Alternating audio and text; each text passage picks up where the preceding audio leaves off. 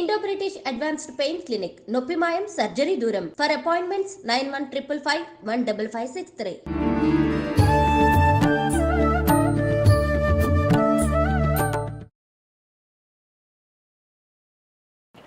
నమస్కారం, welcome to I dream. ధర్మ మార్గం విత్ విజిత కార్యక్రమానికి స్వాగతం. ప్రస్తుతం మనతో పాటు ఉన్నారు ఆధ్యాత్మిక గురువులు, ప్రణవ పీఠాధిపతులు, త్రిభాషా మహాసహస్ర అవధాని డాక్టర్ శ్రీ వద్దిపర్తి పద్మాకర్ గారు. ఇప్పుడు గురుగారితో మాట్లాడి మరిన్ని విషయాలు తెలుసుకుందాం. మన సనాతన ధర్మం గురించి ఇప్పుడు మనం ఏదైతే రకరకాలుగా వింటున్నామో అసలు ఏంటి సనాతన ధర్మం, గురుగారి మాటల్లో క్లుప్తంగా అడిగి తెలుసుకుందాం. మన నిత్య జీవితంలో మనం రోజువారీ చేసే కార్యక్రమాలు ఏ రకంగా ఉండాలి, మనం మోక్షాన్ని పొందాలన్నా, మంచి మార్గంలో వెళ్ళాలన్నా ఎలాంటి విధి విధానాలు ఆచరించాలో ఇప్పుడు వారితో మాట్లాడి తెలుసుకునే ప్రయత్నం చేద్దాం. నమస్కారం గురుగారు. అదే గురుగారు, మనం టాపిక్లోకి వెళ్తే ఇప్పుడు భక్తి, మీరు ఇప్పుడు ఇంత ఇష్టంతో పాడారు. నిజంగా భగవంతుని గురించి పూజ చేయాలన్నా, మనం ఆధ్యాత్మికంగా ఆ వేలో వెళ్ళాలన్నా ఇలా పాటలు పాడితే సరిపోతుందా? కొంతమంది మాట్లాడితే సరిపోతుందా? లేదు ఆడంబరంగా పూజలు చేస్తుంటారు, అలా పూజలు చేస్తే సరిపోతుందా? మీరు ఇందాక అన్నారు స్తోత్రాలు ఇలాంటివి అని చెప్పి, అలా చేస్తే సరిపోతుందా? లేదు ఇవన్నీ చేయాల్సిందేనా? ఇందులో ఏదో ఒక్కటి పట్టుకుంటే చాలు. ఓ చిన్న విషయం చెప్పాలి ఇక్కడ. ప్రథమం సర్వశాస్త్రాణం పురాణం బ్రహ్మణా స్మృతం అనంతరంచ వక్త్రేభ్యో వేదాస్తస్య వినిశ్రుతా. ఈ శ్లోకం పద్మపురాణంలో మొదటి సర్గలో, సృష్టిఖండంలో మొదటి సర్గలో 45వ శ్లోకం. ఇదే శ్లోకం యథాతథంగా మళ్ళీ బ్రహ్మపురాణంలో ఉంటుంది. దీనికి అర్థం ఏంటనమాట, ఈ సృష్టిలో మొట్టమొదట బ్రహ్మగారు పురాణములనే స్మరించెను. అనేక శాస్త్రాలు ఉన్నాయిగా మనకి, పురాణాలు, వేదాలు, ఇతిహాసాలు, స్మృతులు. ఇన్నిటిలో ముందు పురాణాలని తన హృదయంలో స్మరించుకున్నాడు. దాన్ని నారదునికి ఇచ్చాడు. నారదుడు రామాయణాన్ని వాల్మీకి చెప్పాడు, మిగతావన్నీ వ్యాసునికి చెప్పాడు. కాబట్టి వ్యాసుడు రాశాడు. వ్యాసుడు రాయడానికి ముందు బ్రహ్మగారే దీన్ని స్మరించాడు. కానీ బ్రహ్మ నోట్లోంచి ముందు బయటకు వచ్చినవి ఏమిటి? వేదములు బయటకు వచ్చాయి. అందుకని వేదములకేమో ప్రాధాన్యం, రెండు పురాణములు. కాబట్టి వేదములు పురాణములు రెండు పూర్తిగా చదివినవాడు, విన్నవాడే బాగుపడతాడు. ఇవన్నీ ఏం చేశారు? అందరూ చదవలేరు కదా. వేదములు అనంతములు, ఊరికే అందులో 4 భాగాలు ఊరికే బయటికి పెట్టాం తప్ప అసలు వేదములు అనంతావై వేదాహ. ఇక పురాణములు ఎన్నున్నాయో లెక్కలేదు, కోట్ల శ్లోకాలు. ఇక ఉపపురాణాలు, ఈ ఇతిహాసాలు, ఇవన్నీ ఎవరు చదవగలరు? వీటి సారాంశముగా వ్యాసుడు ఏమన్నాడు? 9 భక్తి మార్గములను అవలంబించన్నాడు. అంటే నాయన ఇవన్నీ చదవలేరు, ఇన్ని పూజలు, ఇన్ని యజ్ఞాలు చేయలేరురా, భక్తిని పట్టుకోండి. ఆ భక్తి 9 మార్గములలో ఉన్నది. ఆ 9లో ఒకటి ఏమిటనమాట? పురాణములు శ్రవణము, వినడము. భగవంతుని కథలు వినండి. విన్నా మీరు తరిస్తారు. అన్నీ చేయలేకపోతే ఏం చేయొచ్చు అనమాట? ఏ పద్మాకర్ గారు చెప్పిన పురాణాలు యూట్యూబ్లో ఉంటాయి. మొన్న చెప్పారు ఏకంగా 10,000 గంటల కంటే ఎక్కువ నా పురాణాలు. 10,000 గంటల పద్మాకరాన్ని కొట్టేస్తే వచ్చేస్తే వరుసగా మొత్తం 18 పురాణాలు నేను చెప్పాను. పూర్వం చెప్పిన వాళ్ళు యూట్యూబ్ లేవు కనుక లేవు. అంత పూర్వం కూడా పెద్దలు ఎంతో మంది చెప్పుంటారు కదా. కానీ ఇప్పుడు నా అదృష్టవశాత్తు యూట్యూబ్లో నా శిష్యులు పెట్టారు, వాళ్ళు గొప్పవాళ్ళు. అది మీ అదృష్టం కాదు గురువు గారు, మాలాంటి వాళ్ళ అదృష్టం. అవి ఎల్లకాలం మేము వినగలుగుతాం, ఉండిపోతున్నాయి కదా. ఆ విధంగా బ్రహ్మశ్రీ వద్దిపర్తి పద్మాకర్ అఫీషియల్ ఛానల్ అని పెట్టి అందులో పెట్టారు. కోడే జగదీష్ గారని డెమాయిన్లో ఉంటారు, అయోవా స్టేట్లో. ఆ మహానుభావుడే ఈ ఛానల్ నాది పెట్టి తద్వారా ఇవన్నీ అందులో అప్లోడ్ చేయించారు. శిష్యులందరినీ పెట్టి ఎంతోమందిని అందులో ఇన్వాల్వ్ చేసి. కాబట్టి మొత్తం ఈ పురాణములలో ఎంతో కొంత వినండి. వినడం వల్ల తొందరగా తరిస్తారు. చదవడం కంటే వినడం తేలిక కదా. ఇప్పుడు నేను చెబితే కొంచెం తేలిక అర్థం అవుతుంది కదా ఉన్నంతలో. అందువల్ల శ్రవణం, కీర్తనం అంటే ఇప్పుడు నేను చెప్పినట్టుగా పాడడం, పొగడడం, సంకీర్తనము లేక స్తోత్రాలని నోటితో అనడం కూడా కీర్తనమే. ఇది రెండవది. మూడవది స్మరణం. ఒకటేమో శ్రవణం, 2 కీర్తనం, 3వది విష్ణోహ స్మరణం. స్మరణం ఇందాక చెప్పినట్టుగా రామ, కృష్ణ, గోవింద, వాసుదేవ, నమ శివ, ఏదో ఒకటి స్మరించుకో లోపల పైకో. పాదసేవనం. పాదసేవ అంటే ఇప్పుడు విష్ణువో శివుడో నా పాదాలని సేవించే భాగ్యం మనకి ఎవరుగా? మహాత్ములను సేవించుము. అది పాదసేవనం అంటే. మీ తల్లిదండ్రులు వాళ్ళు దేవతా స్వరూపులు, మీ గురువులు దేవతా స్వరూపులు, వాళ్ళకి పాదసేవ చెయ్యి. కుంటివాళ్ళు, పాపం గుడ్డివాళ్ళు, నిజంగా అలా అనకూడదు, దివ్యాంగులని పేరెట్టారు మన ప్రధాని గారు. అటువంటి పుణ్యాత్ములకి సేవ చేయి, పాదసేవ చేయి, లేదా వాడికి ఏదో అంత అన్నం పెట్టు. ఇదంతా భగవంతుని పాదసేవ. ఓకే.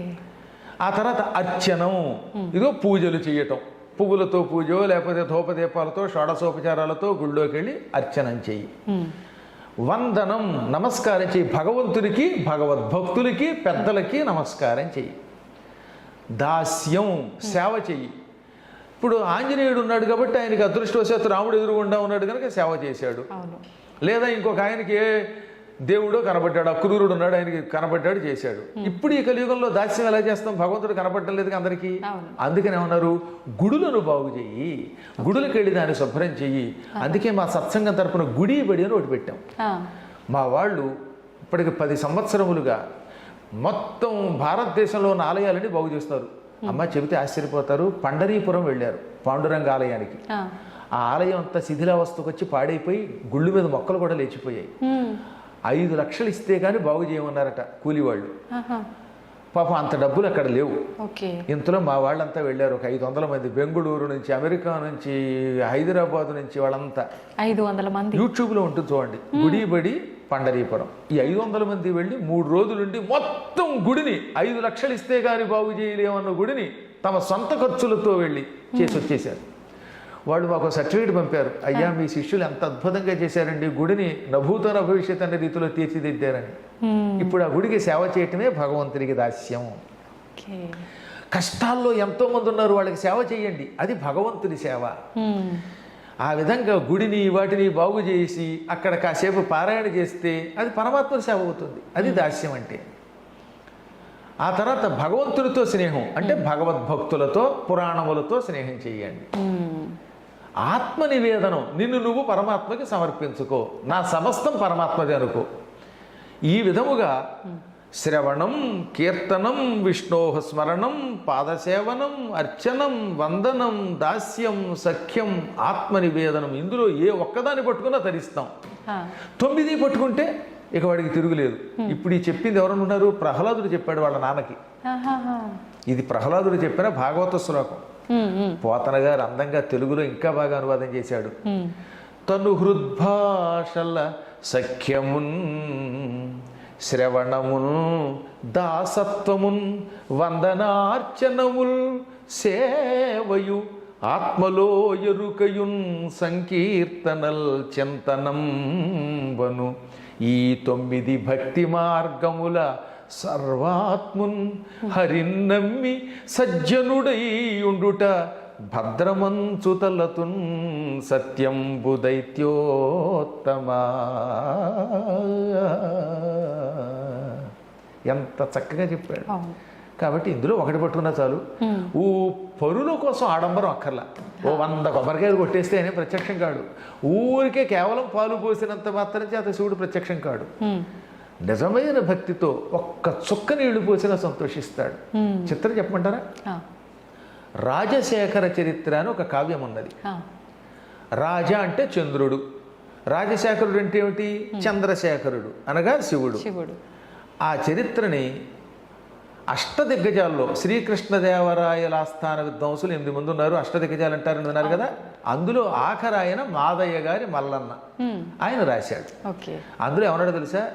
ఒరే ఎందుకురా ఇంత కష్టం, మీరు తరించాలంటే ఓ చిన్న చిట్కా చెబుతానన్నాడు ఆయన.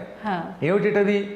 నీలకంఠుని శిరసుపై నీళ్లు జల్లి పత్తిరిసుమంత ఎవ్వాడు పారవైచు, కామధేనువు వానింటి గాడి పసర మల్ల సురశాకి వానింటి మొల్ల చెట్టు. శివలింగం దగ్గరికి వెళ్ళు. నీలకంఠుడు అంటే శివుడు. ఆ శివుడి దగ్గరికి వెళ్ళి అభిషేకం చేయలేకపోయాం అనుకో. ఇప్పుడు మీరు శివరాత్రికి శ్రీశైలం వెళ్ళారు, ఇంత జనంలో మిమ్మల్ని లోపలికి రానిస్తారా? రానివ్వరు. అప్పుడు మీకు అభిషేకం చేయాలనిపించింది, ఏం చేస్తారు? అప్పుడు ఇన్ని చుక్కలు నీళ్లు తీసుకుని దూరం నుంచి అలా చల్లండి. ఆయన మీద పడినా పడకపోయినా దూరం నుంచి జల్లితేట ఏది అలా జల్లితే, నాయన నా దగ్గరికి రాలేకపోయావా, కానీ నువ్వు భక్తితో జల్లావు, ఇది నాకు మహన్యాసపూర్వక ఏకాదశి రుద్రాభిషేకం అనుకుంటాట ఆయన. అందుకని నీలకంఠుని శిరసుపై నీళ్లు జల్లి, అందులో భక్తి కూడా లేకపోవచ్చు ఒక్కోసారి, ఏదో దూరంలో ఆత్రంతో అలా జల్లేశారు, అది అభిషేకం అనుకుంటున్నాడు ఆయన. ఇంకా ఆయన మీద 1,00,000 బెల్వార్చనో లేకపోతే కోటి పత్రిలో పూజ చేద్దాం అనుకున్నారు, కానీ కుదరట్లేదు. ఎందుకంటే గుళ్ళోకి వెళ్ళనివ్వడం లేదు కనుక, జనాలు ఎక్కువ ఉన్నారు. అప్పుడు దూరం నుంచి ఒక పత్రి విసిరేయండి. పత్రి సంస్కృతం, తెలుగులో పత్తిరి అది వికృతి అంటారు. ఇక్కడ పత్తిరి అని ఎందుకన్నాడు తెలుసా? నువ్వు మనస్ఫూర్తిగా పూజ చేయలేకపోతున్నావు, విసురుతున్నావు, అందుకని అది వికృతి పూజ. దూరం నుంచి అలా విసిరితే ఆయన ఏమనుకుంటాడు?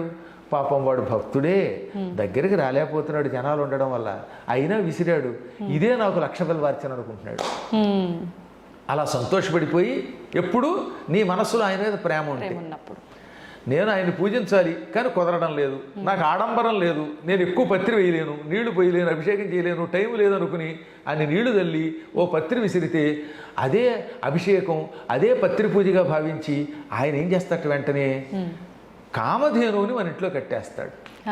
నీళ్లు తల్లినందుకు కామధేనువుని మన ఇంట్లో కట్టాడు. కామధేనువు మన ఇంట్లోకి వస్తే లాభం ఏమిటి?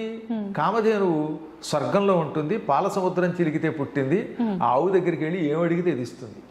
కామధేను లక్షణం ఏమిటి? కోరిన కోరికలు ఇస్తుంది. కామము అంటే కోరిక, కోరినవి ఇస్తుంది కనుక ఆ ధేనువుని ఆవుని కామధేను అన్నారు. అప్పుడు మీరు ఆ కామధేనువుని ఏది ఆయనేమో ఇన్ని నీళ్లు తల్లినందుకు కామధేనువు మీ ఇంట్లో పెట్టాడు కనుక, కామధేనువు నేను ఇల్లు కొనుక్కోవాలనుకుంటున్నాను, జూబ్లీ హిల్స్లో ఒక్క అపార్ట్మెంట్ ఒక ఫ్లాట్ ఇప్పించా అంటే ఇచ్చేస్తున్నది, నిజంగా చిత్తశుద్ధితో వేస్తే. ఆ తర్వాత ఏం చేశాడు ఆయన? పత్రి విసిరినందుకు ఇంట్లో కల్పవృక్షాన్ని నాటాట.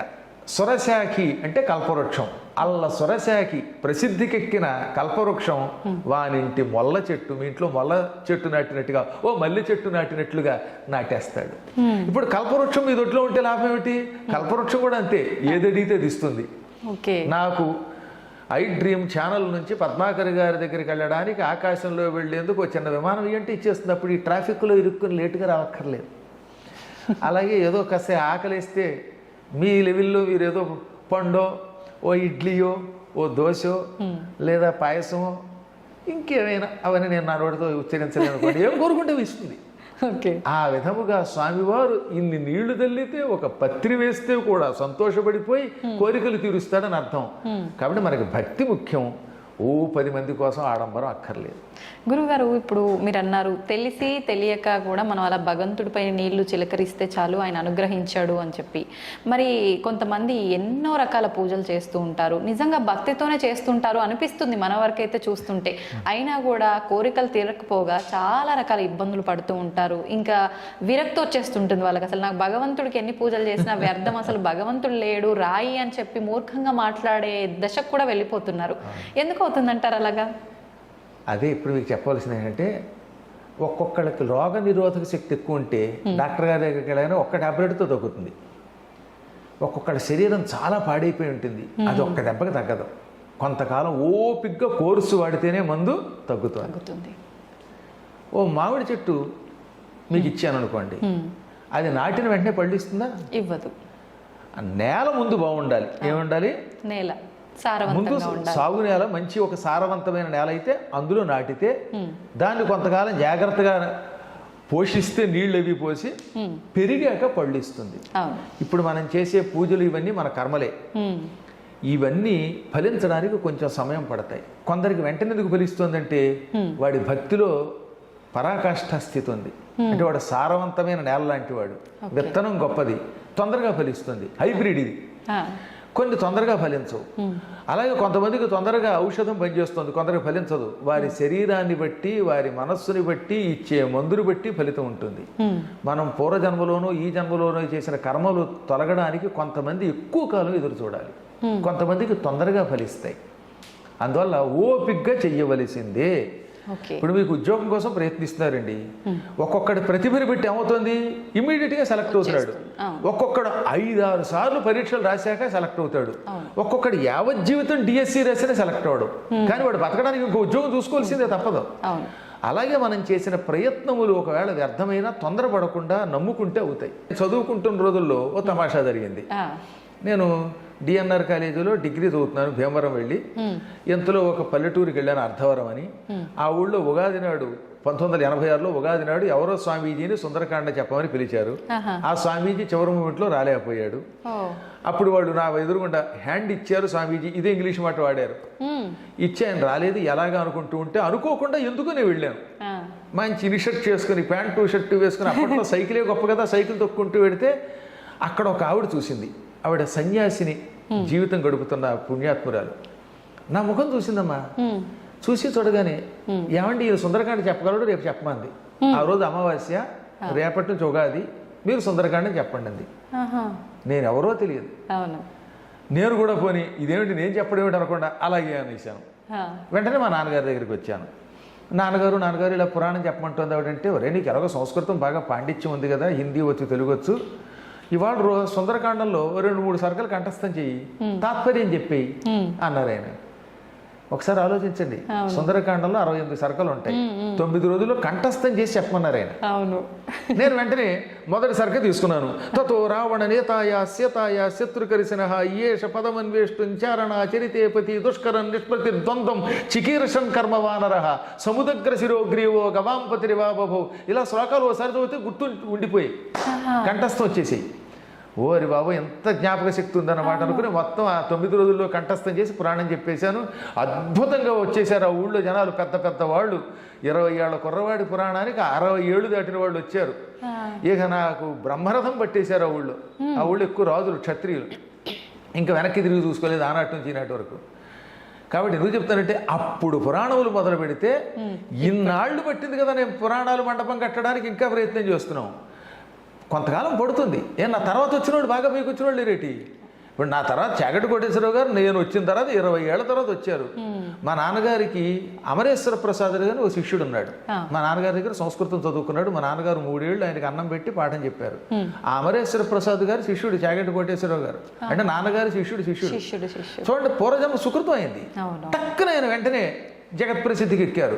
కాబట్టి ఒక్కొక్కళ్ళకి తొందరగా వస్తుంది, కొందరికి ఆలస్యంగా వస్తుంది. అది వారి వారి యొక్క సుకృతాలను బట్టి ఉంటుంది.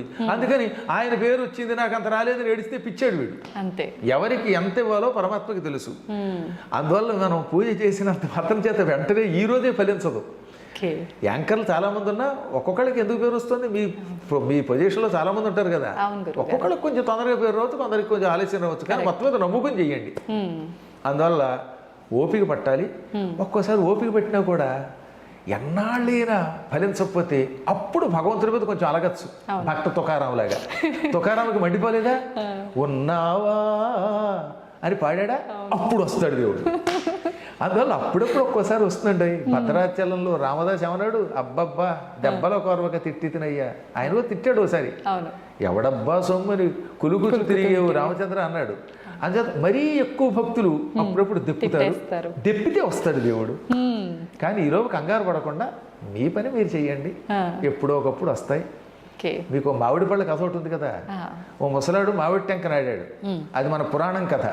దాన్ని తెనాలి రామకృష్ణలో పెట్టారు సినిమాలో. అది నిజానికి పురాణ కథే, పద్మపురాణంలో కథే. ఓ ముసలాయన ఒక టెంకర్ పట్టుకెళ్ళి నాటుతున్నట్ట. ఏది నలుగురు తిరిగేటటువంటి ఒక బాట దగ్గర. ఎంతలో అటుగా పెడుతున్న రాజుగారు చూశారు. ఏమయ్యా నీకు ఎప్పుడే 70 ఏళ్ళు 80 ఏళ్ళు ఉన్నాయి, ఈ టెంక నాటితే ఎప్పటికి చెట్టు అవుతుంది, ఎప్పుడు పళ్ళు ఇస్తుంది అంటే, ఈ చెట్టు పెరిగి పళ్ళు ఇచ్చేదాకా ఇంకా బతుకుదాం అనుకుంటున్నావా అంటే, మహారాజా మన పెద్దలు ఇలా అనుకుని ఉంటే ఇవాళ మామిడి చెట్లు మనకు వచ్చేవా అన్నాడు ఆయన. ఇవాళ ఈ టెంక నాటేది నా కోసం కాదు, నా తర్వాత తరాల వాళ్ళ కోసం, వచ్చే జన్మలో నా కోసం పోని.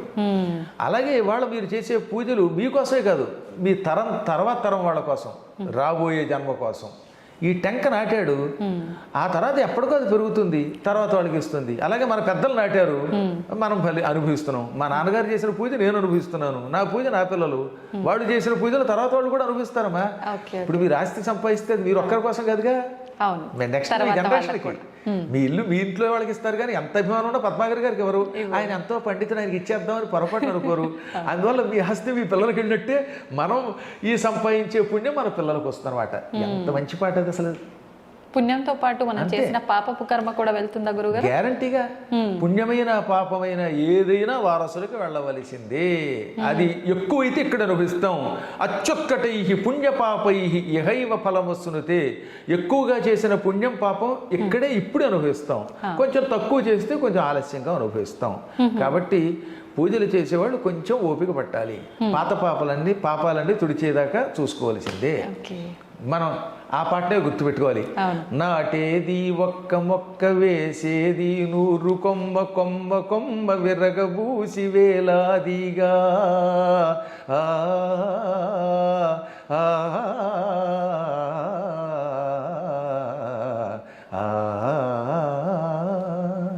నాటేది ఒక్క మొక్క వేసేది 100 కొమ్మ కొమ్మ కొమ్మ విరగబూసి వేలాదిగా ఇక కాయాలి బంగారు కాయలు భోంచెయ్యాలి మీ పిల్లకాయలు. ఎంత అందమైన అర్థం ఉందో అందులో అన్నమాట. అలా చెయ్యమనండి, ఓపిక తెచ్చుకోమనండి. తప్పక పరమాత్మని అనుగ్రహం మాత్రం కలుగుతుంది. చేసినది ఎక్కడికి వెళ్ళదు, ఎప్పుడు ఒకప్పుడు వస్తుంది. అది పుణ్యమైన పాపమైన వస్తుంది. గురుగారు ఖచ్చితంగా అనుభవించాల్సిందే తరతరాలుగా అన్నారు. కానీ అనుభవించాలి అని అంటే చాలా మంది అనుకుంటారు ఈ పూజల వల్ల వీటి వల్ల తగ్గించుకోవచ్చు అంటారు. నిజంగా తగ్గించుకునే అవకాశం ఉందా? తప్పించుకునే అవకాశం లేకుండా కర్మలు 3 రకాలు. ఒకటి ప్రారబ్ధం, ఇంకొకటి సంచితము, ఇంకొకటి ఆగామి. సంచితం అంటే పోగేసుకున్నది, పూర్వం ఎప్పుడో చేసాం, అది బ్యాంక్ బ్యాలెన్స్ FD అనమాట, ఫిక్స్డ్ డిపాజిట్. ఓకే. ఇక రెండవది ప్రారబ్ధం అంటే ఇప్పుడు మనం చేస్తున్నది, అనుభవిస్తున్నది. మీరు ఇడ్లీ కడుపులోకి తిరిగి పంపేశారు, ఆ ఇడ్లీ ఎఫెక్ట్ చూపిస్తుంది. అది మంచి ఇడ్లీ అయితే ఆరోగ్యంగా ఉంటాం. ఏ ఇక్ష్వాకుల కాలం నాటి ఇడ్లీయో పాతకాలం చట్నీయో వేసుకు తింటే వికారం పెడుతుంది. ఈ మధ్యన మాతో ఒక ఆవిడ లంకొచ్చి కాస్త 4 కారపోస్తాను కానీ ఇంటికి వచ్చిన తర్వాత 3 రోజుల పాటు రోజు బాత్రూమే. అంటే మరి తిన్నది కదా, తిన్న ఎఫెక్ట్ పడతారు. అది ప్రారబ్ధం. ప్రారబ్ధం అంటే ఒకసారి నీ శరీరంలో ప్రవేశించేసింది, ఇక అనుభవించాలి, దాన్ని ఎవడేం చేయలేడు. మందు వేసినా కూడా ఆ పూర్తిగా దాన్ని కంట్రోల్ చేయదు, కొంచెం కొంచెం కొంచెం తగ్గిస్తుంది. ముందు మొత్తం మీద ఆ చెత్త పోవలసిందే. అంతే. అందువల్ల ప్రారబ్ధ కర్మ అంటే అనుభవించి తీరవలసిన కర్మము. దానికి ఉదాహరణ చెప్పారన్నమాట. తిన్న తిండి ఇంక లోపలికి వెళ్ళాక దాని ప్రభావం ఎలా చూపిస్తుందో అలా చూపిస్తుంది. సంచితం అని ఉంది కదా, పోగేసుకున్నది, అది వదిలించుకోవచ్చు. ఎలా గురుగారు? ఇప్పుడు మీ FD ఉంది, మీకు 10 లక్షలు ఉన్నాయి అనుకుందాం కాసేపు, దేవుడి దయ వల్ల. ఆ 10 లక్షలు మీకు నా మీద అభిమానం కలిగితే నాకు ఇచ్చేయచ్చుగా. మీకు పద్మాకర్ గారి మీద అభిమానం కలిగింది, ఆయన ఏదో పురాణ మండపం కడుతున్నాడు, ఆయనకి ఇచ్చేద్దాం అనిపించింది అనుకోండి, ఇచ్చేయచ్చు. ఇవ్వాలనుకుంటే ఇచ్చేస్తే ఇంకా డబ్బు పోయినట్టే. అంటే కంగారు ఏం పడదు, నేను మిమ్మల్ని అడగను, మీరు ఇవ్వక్కర్లేదు. కాబట్టి సంచితం వదిలించుకోవచ్చు. ఆగామి అంటే భవిష్యత్తులో చేయబోయే పనులు, ఇవి కూడా మనం అదుపులో పెట్టుకోవచ్చు. మనం కావాలంటే కొన్ని పనులను అదుపులో పెట్టుకోవచ్చు, అవి తొలగించుకోవచ్చు. ఈ సంచితము ఆగామి తొలగించుకోవడానికి అర్చనలు పూజలు ప్రయత్నాలు పనికొస్తాయి. ప్రారంధం మాత్రం చచ్చినట్టు అనుభవించాలి. కానీ అక్కడే ఉన్నది. ఎక్కువ భక్తితో భగవంతుడు పట్టుకోవడం ఎటువంటిది అన్నారు అంటే, ఒక అపవిత్ర ఆహారం తిన్నారు, పనికిమాలిన ఆహారం, దాని ఎఫెక్ట్ వల్ల చచ్చిపోకుండా మందు వేసుకుంటే ఏమవుతుంది, కొంత నీరసం వచ్చినా తగ్గుతుంది, ఏదో వాంతులు అయ్యింది, తర్వాత మందు వేస్తే కట్టుబడుతుందా లేదా. అలా ప్రారంధంలో కొంత తగ్గించుకుంటాం. కాబట్టి కర్మలను కూడా మనం భగవదర్చనతో కొంతవరకు నియంత్రిస్తాం, కానీ పూర్తిగా నియంత్రించలేము. ఎంతో కొంత అనుభవించాలి. ఒక్క సద్గురువుల అనుగ్రహం, నిజమైన సద్గురువు నేను చెప్పేది. ఇవాళ అందరూ సద్గురువులు అనుకోండి, ఎవడబడితే వాడు జాయ చక్రాంత కంటే ఎక్కడ కుదురుతుంది. ఇప్పుడు మేము మీకు ఒక మార్గం చూపిస్తాం, కానీ పూర్తిగా మిమ్మల్ని బాగు చేయలేము. కరెక్టే. ఇలాగ మోసం చేస్తున్నారు కొంతమంది. ఎవడికాడే నేనే సద్గురువుని అంటాడు. ఏం సద్గురువు? అసద్దు గురువులు ఇవి. ఇవి ప్రమాదకరమైనవి. గురువు ఒక మార్గం చూపిస్తాడు కానీ సంపూర్ణంగా అనుగ్రహించలేడు. కానీ అరుదుగా కొంతమందిని అనుగ్రహించగలుగుతారు, అందరినీ చేయలేము. ఎక్కడో ఏ విశ్వామిత్రుడు లాంటి వాడో త్రిశంకుడిని స్వర్గానికి పంపగలిగాడు, కానీ అందరినీ పంపగలవా? ఏ వశిష్ఠుడో ఎవరినో పంపించాడు. అందువల్ల అరుదుగా కర్మలను కూడా తగ్గించి వాళ్ళని ముక్తికి పంపించే శక్తి కలిగిన వాళ్ళు కొందరు ఉంటారు, కానీ అది కొంచెం కష్టం. మార్గం చూపిస్తారు, కాబట్టి కొంత కర్మ అనుభవించక తప్పదు అన్నమాట. ఓకే గురువుగారు, దైవాంశ సంభూతుడు అని చెప్పి మనుషుల్ని అంటూ ఉంటారు కొంతమంది, కారణ జన్ములు అని, దైవాంశ సంభూతుడు అని అంటే ఏంటి గురువుగారు? నిజానికి ఈ ప్రపంచంలో అందరూ దైవాంశ సంభూతులే. దేవతా శక్తి లేకుండా అసలు మీరు పుట్టరు. కానీ అది కొంతమందిలో ఎక్కువ ఉంటుంది, కొందరిలో తక్కువ ఉంటుంది.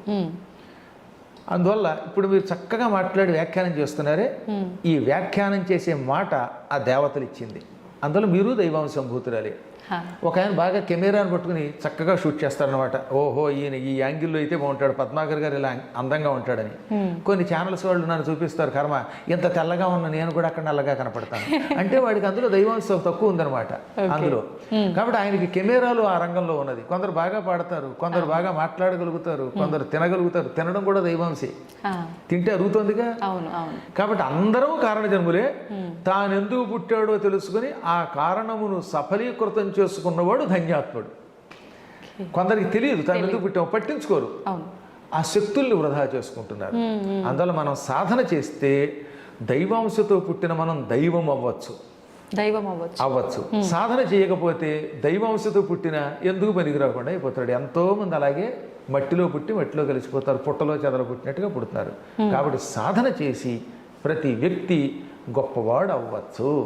అందుకే భీష్ముడు చెప్పాడు మహాభారతంలో, ఎక్కడ విరాట పర్వంలో, ఉత్తర గోగ్రహణం ఉంటుంది కదా, పాండవులు మారువేషంలో ఉన్నారేమో పట్టుకోవడానికి, విరాటరాజు గారు ఆవుల్ని పట్టుకోవడానికి దుర్యోధనాదులు వెళ్ళారు ఉత్తరం దిక్కున ఉన్న ఆవుల్ని పట్టుకోవడానికి.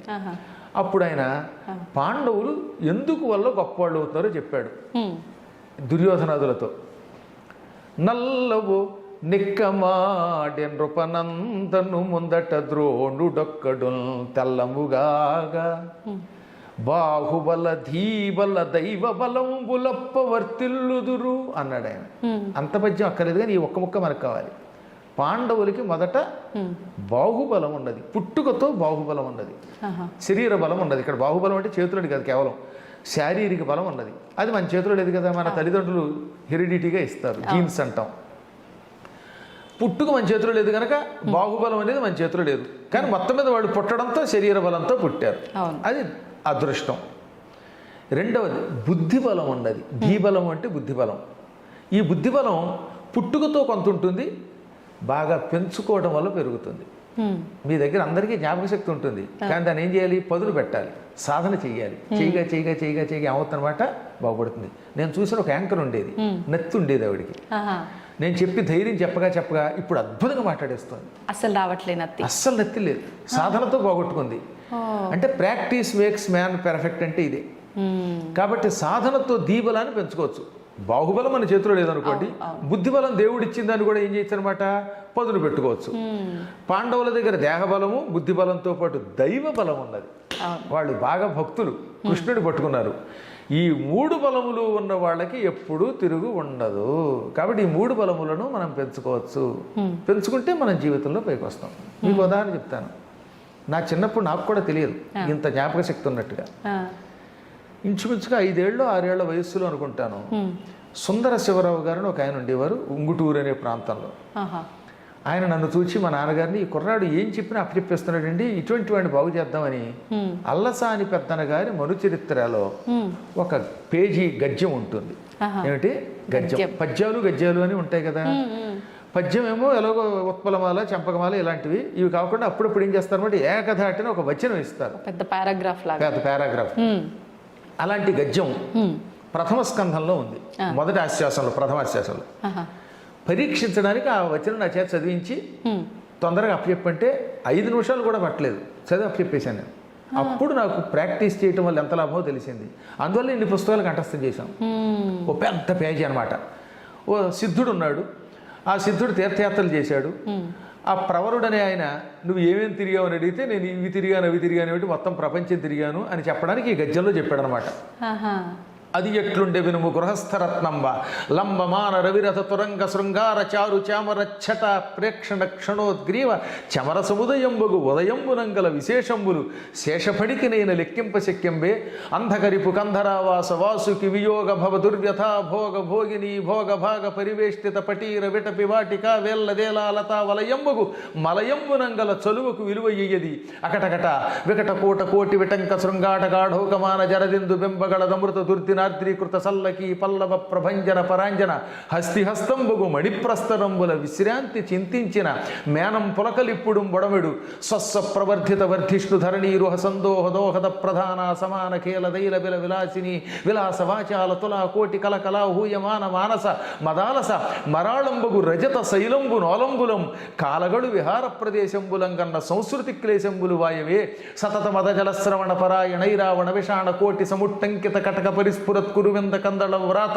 జాతాలాత శంకాప సర్ప దభ్రము భ్రమీ విభ్రమ ధురంధరంబగు మేరుధరాధరంబు శిఖరంబుల సోయగంబులు కలయంగనుంగురుట బహుజన్మకృత సుకృత పరిపాకంబునంగా కయ్యేల చేకూర నేర్చు నేనిట్టి మహాద్భుతంబులు ఈశ్వరానుగ్రహంబున అల్పకాలంబున కనుంగొంటి ననుటయు ఈషదంకురిత హసనగ్రశిష్ణు గండయుగులుండగుతూ ప్రవరుండతనికి ఇట్లనియే.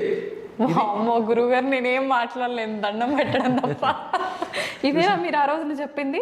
5 ఏళ్ల వయస్సులో కంఠస్థం చేసింది. అమ్మో, అప్పటికింకా నేను అక్షరాలు కూడా సరిగ్గా రావు.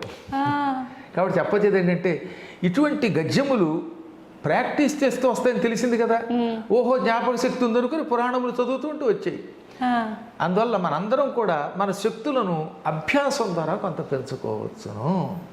అభ్యాసం ఎవరినైనా గొప్పవాడిని చేస్తుంది.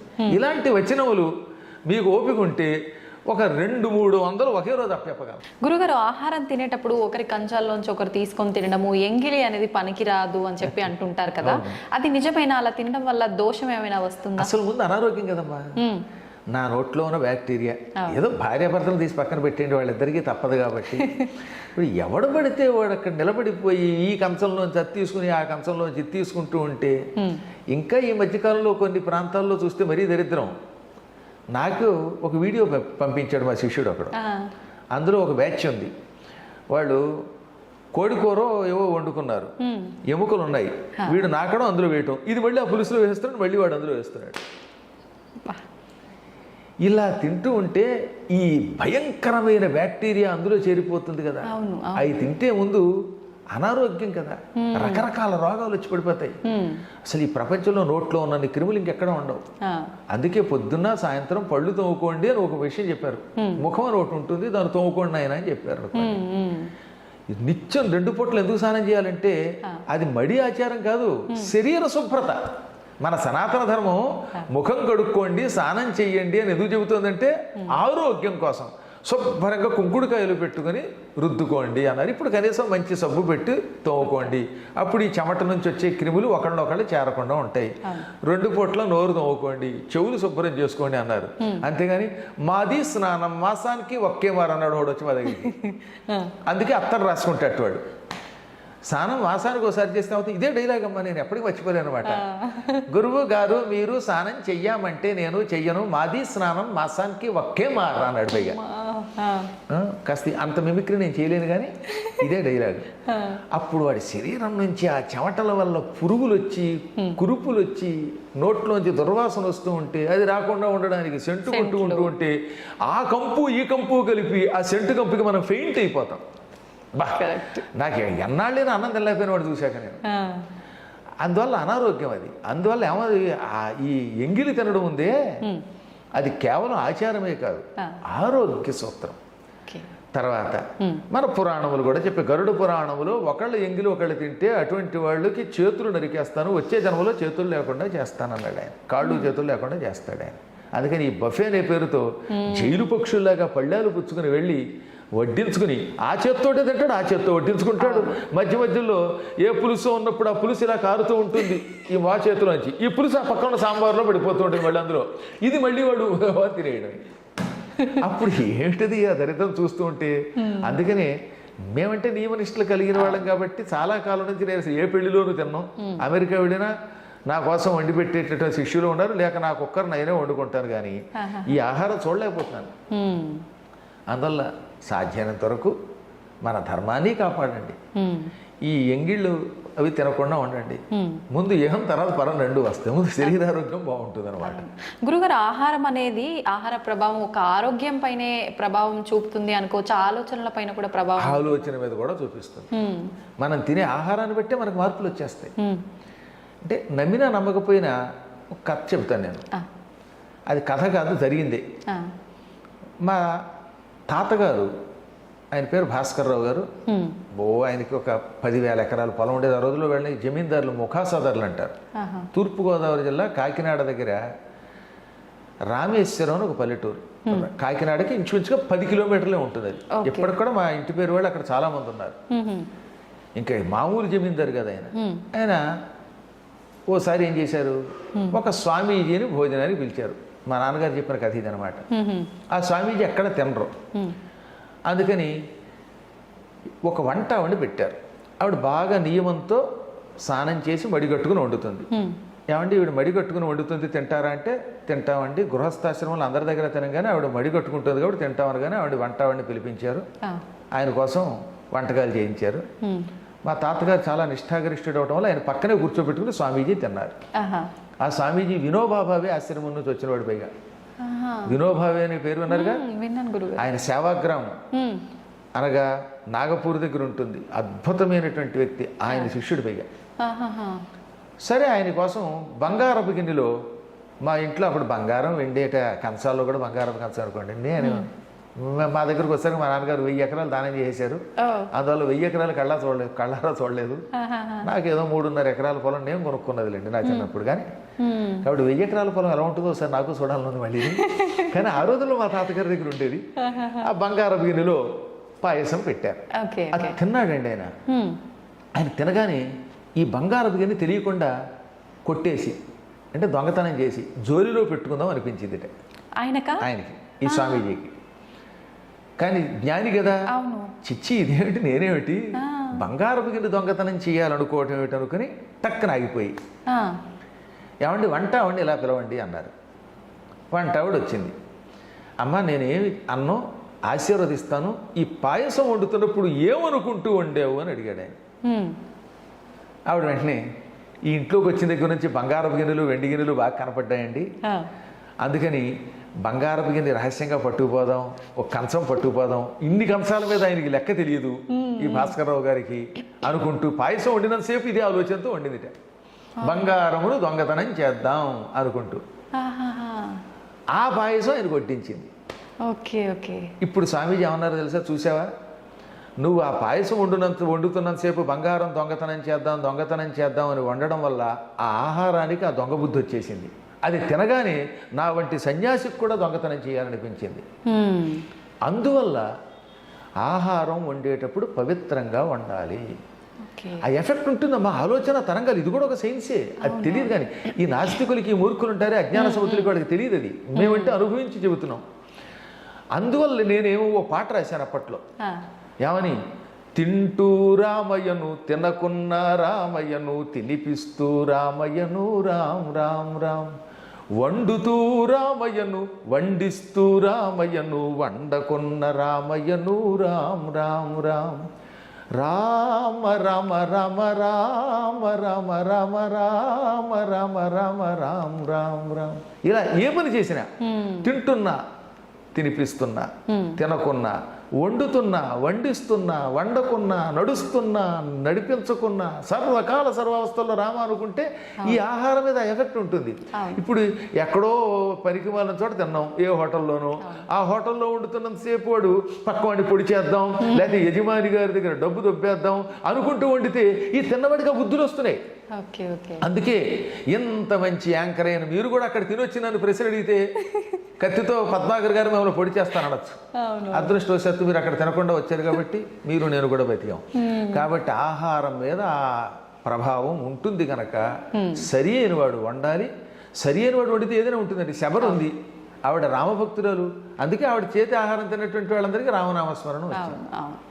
అందువల్ల ఎప్పుడు మనం తినే ఆహారం యొక్క ప్రభావం మన ఆలోచనల మీద ఉంటుంది. నిత్యం హింసతో క్రూరమైన ఆహారం తింటున్నారు కాబట్టి గోమాంసం తినేటటువంటి వాళ్ళ యొక్క ఆ వంశాలన్నీ ఆవులు చంపడానికి, హత్యలకి ముందుకు వస్తున్నారు. కారణం అది. అందుకని గోవుని తినద్దన్నారు మన పెద్దలు.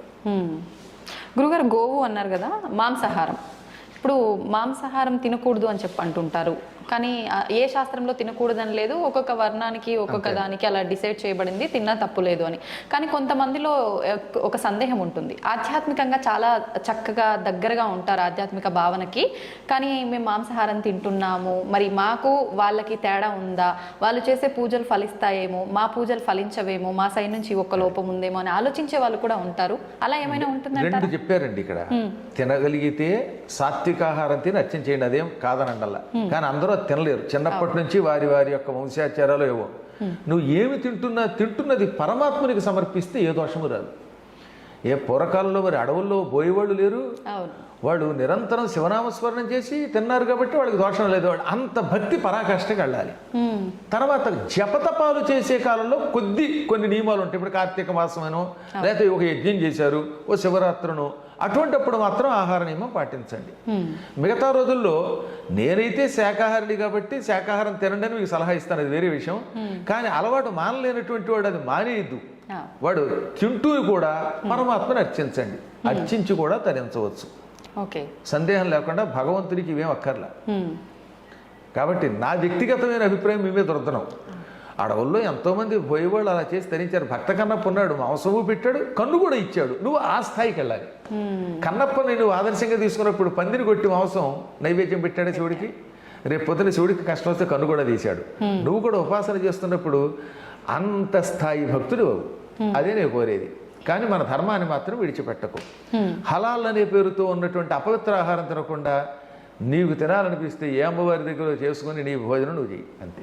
అమ్మవారి దగ్గర అంటే అది బలి ఇవ్వటమే. ఆ బలి ఇచ్చుకుని ఇప్పుడు ఎలాగో వాడు మాండవు. అవును, బయట ఎక్కడో బదులు ఇది అమ్మవారికి సమర్పణ చేసి తింటే కొంత నయ్యం కదా. అది ఏదైనా భగవంతుడికి నివేదన చేస్తే అపవిత్రాహారం కూడా పవిత్రాహారం అవుతుంది కనుక అందుకని మన పెద్దలు అలా చెప్పారు. ఓకే ఓకే గురుగారు, ఇందాక మీరు అన్నారు రామ రామ అని చెప్పి ఒక పాట కూడా. అయితే మన పెద్దవాళ్ళు కూడా ఇంతకు ముందు కాలంలో, ఇంతకుముందు ఏంటి, ఇప్పుడు కూడా పెద్దవాళ్ళు పడుకునేటప్పుడు లేసేటప్పుడు రామకృష్ణ రామకృష్ణ అని తలుస్తూనే ఉంటారు. నిజంగా రాముణ్ణి కృష్ణుణ్ణి తలవాలంటారా? ఎవరి ఇష్ట దైవాన్ని వాళ్ళు తలుచుకోవచ్చు అంటారా? ఏదో ఒక భగవన్నమ్మా, శివ శివ అనేవాళ్ళు లేరు, హరహర మహాదేవ, కొంతమంది పూర్వ మహాదేవ మహాదేవ అనేవారు.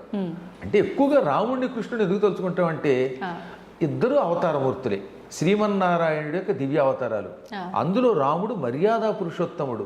రామనామస్మరణం వల్ల రాముడు ఎలా నడుచుకున్నాడో అలా నడుచుకోవాలి. ఏకపత్ని వ్రతత్వము, మాటంటే నిలబెట్టుకోవడము, శరణన్న వాడిని రక్షించడము, టీవీగా రాజుగా పరిపాలించటము, ఎక్కడ పడితే అక్కడ పిచ్చివాగుడు వాక్కుండా గంభీరంగా పలకడము, ఇవన్నీ రాముడి లక్షణాలు. కాబట్టి రామనామస్మరణ వల్ల అవి నేర్చుకో. ఇక కృష్ణుడు సంపూర్ణ అవతారం. అది ఏ తే చాంశ కళాపుంస కృష్ణస్తు భగవాన్ స్వయం. భగవంతుడు 22 అవతారాలు ఎత్తినట్టుగా భాగవతంలో ఉంది. ఆ 22 అవతారాల్లో 21 అంశావతారాలు, ఒక్క కృష్ణావతారం పరిపూర్ణ అవతారం. ఆ పరిపూర్ణ అవతారంలో ఆయన చూపించిన మహిమలు ఇంకెవరూ చూపించలేదు. అన్నిటికీ మించి జగద్గురువు ఆయన. భగవద్గీత మనకు అందించిన గురువు అండి ఆయన. ఇక గురువు అనే శబ్దంలో జగద్గురువు మొట్టమొదటి ఆయనే. వసుదేవసుతం దేవం కంసచాణూరమర్దనం దేవకీ పరమానందం కృష్ణం వందే జగద్గురుం అని ఆయననే మనం జగద్గురువుగా కొలుస్తున్నాం. కాబట్టి అంతటి జగద్గురుడి నామాన్ని తలుచుకోవాలి. అందుకని రామ కృష్ణ అనుకుంటే అవతారములలో ఉన్న విశిష్ట లక్షణములు మనకి తెలుస్తాయి, ఆ కథలు తెలుస్తాయి. తద్వారా వాళ్ళలాగా మనం మారడానికి ప్రయత్నిస్తాం. పైగా ఈ నామములు ఇంకా తొందరగా రక్షిస్తాయి. రామనామానికి కృష్ణనామానికి ఉన్న శక్తి ఇంకంతా ఇంత కాదు, అనుభవించిన వాడికి తెలుస్తుంది. నేను తింటున్నా, తిరుగుతున్నా, నిద్రపోతున్నా కూడా లోపల లోపల ఆ నామం సాగుతూ ఉంటుంది. అలా సాగినప్పుడల్లా ఏదో తెలియని అలౌకిక ఆనందం పొందుతాను. అమ్మ, నాకు నిజంగా రాముడు కృష్ణుడు రెండింటి గురించి ఎన్నో పురాణాలు చెప్పినా అసలు కృష్ణావతారం, ఆ కృష్ణుడి యొక్క లక్షణాలు తెలుసుకుంటే ఎంత ఉత్సాహం కలుగుతుందో తెలుసునా. భాగవతాన్ని ఇప్పటి వరకు 371 సప్తాహాలు చేశాను. సప్తాహం అంటే తెలుసు కదా, 7 రోజుల పాటు భాగవతాన్ని పారాయణం ప్రవచనం చేస్తూ ఉంటాం. ఇప్పుడు 371వ పారాయణ కింద జరుగుతుంది మీరు వచ్చే సమయానికి. ఇప్పుడు అలా 371 అంటే నా జీవితంలో ఎన్ని రోజులు గడిపుంటానో ఆలోచించండి. సంవత్సరానికి 52 ఎన్ని వారాలు మినిమం అనుకుందాం కనీసం. 371 అంటే నేను కనీసం ఒక 6-7 సంవత్సరములు దానికే వెచ్చించాను అనమాట. ఇందులో సప్తాహాలకి పురాణాలు పక్కన పెట్టండి అనమాట. అందువల్ల నిత్యం కృష్ణుడిని తలుచుకోకుండా, కృష్ణుడి పాట పాడకుండా ఉండను. అందుకని మన పెద్దలు ఏమన్నారన్నమాట, అలా అనుకోమన్నారు. ఈ రామకృష్ణ అనుకోవడం కాకుండా అప్పుడు పాటలు కూడా పాడుకుంటే అసలు ఆ గానం వల్ల తొందరగా తరిస్తాం. కలియుగంలో కలవు సంకీర్తనాత్ ముక్తి. ఈ కలియుగంలో సంకీర్తన చేస్తే తొందరగా మోక్షం వస్తుంది. అందుకే మా భక్తుల చేత ఎప్పుడు నేను ఎన్నో కృష్ణ గీతాలు పాడించాను అనమాట.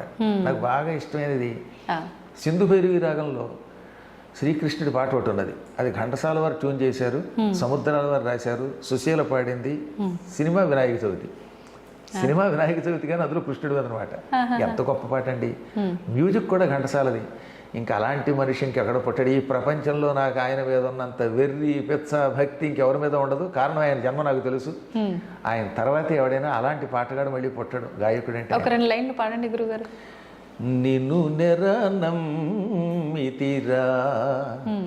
నిన్ను నెరనమ్మితిరా మోహన కృష్ణ, నిన్ను నెరనమ్మితిరా దేవా ప్రేమావతారా,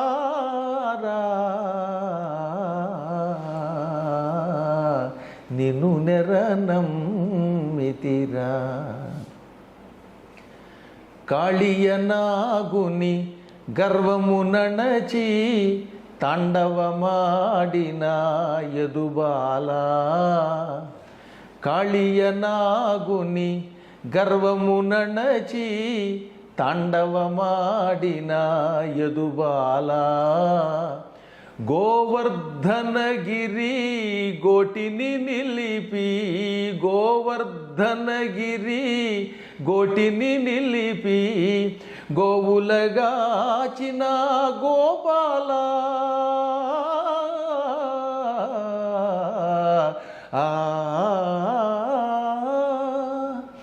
గోవులగాచిన గోపాల, ముల్లోకముల ముగ్ధుల చేసిన, ముల్లోకముల ముగ్ధుల చేసిన మోహన మురళీలోల, నిన్ను నెరనమ్మితిరా మోహన కృష్ణ, నిన్ను నెరనమ్మితిరా. నీ పద చింతన మీరిన మంత్రము, నీ పద చింతన మీరిన మంత్రము, నీ పద సేవకు మించిన పూజ,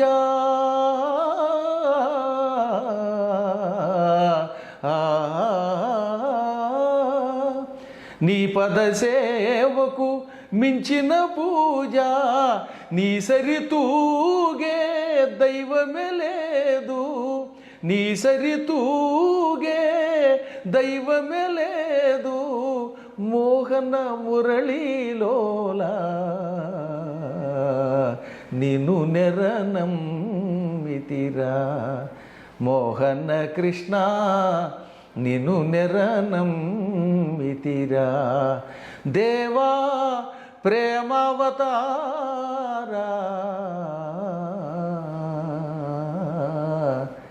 నిన్ను నెరనమ్మితిరా,